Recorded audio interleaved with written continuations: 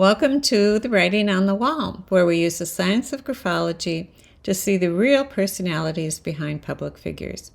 It's a sort of body language, but offers the added insight of what motivates the person to do what they do and how these public figures interact with each other. Okay, so let's look at Team Harris-Walz. We're just going to call them the Dream Team.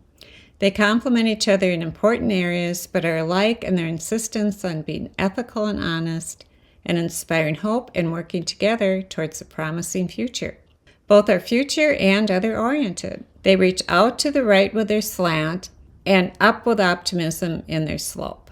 Both are confident and capable of independent thought, although they consider the interests of all those involved before taking action. Although it may seem vice versa, Kamala uses persuasion, while Walz uses a more direct approach.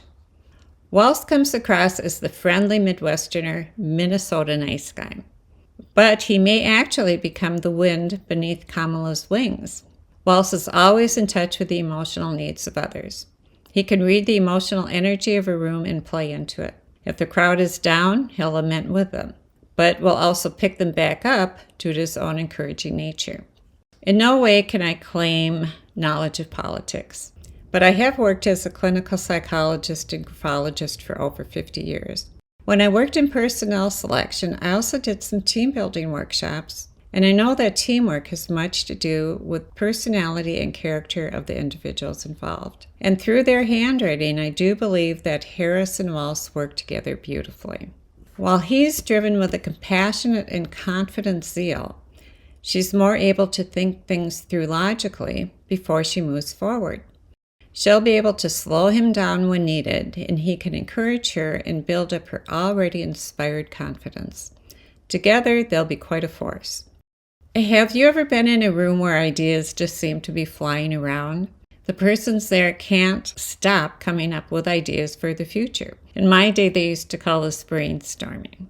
This will be evident with Harris and Walz, and even more so when they get together with their spouses. These two couples are bound to be friends even after their service in office is over. She and Walz will have a love affair, although in work only, as they're both so honest, loyal, and ethical. Any affair is out of the question with anyone outside of their marriage. There'll be no Stormy Daniels to interfere with either candidate. His T-bars show an arrow to the left, to the past, showing he examines how his plans worked out for others, perhaps for himself too. Did they succeed or fail? There's also a slight wave in his T-bar, showing he can be flexible, so he can change the plan a bit in midstream if he needs to. Kamala is all about a logical, planned-for approach, although she can change this approach for the particular task as needed.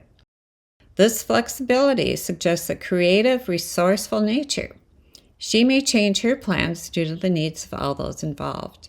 So when she and Walz exchange ideas, they'll both put into play not only the ideas or goals themselves, but many ideas on how to actually accomplish them. And this will continue all along the way. They won't be stymied when their mission seems blocked. It'll be a challenge to them, and one they'll encourage each other to meet. They may even start looking at these challenges as a positive to see how much they can accomplish, which could be a lot.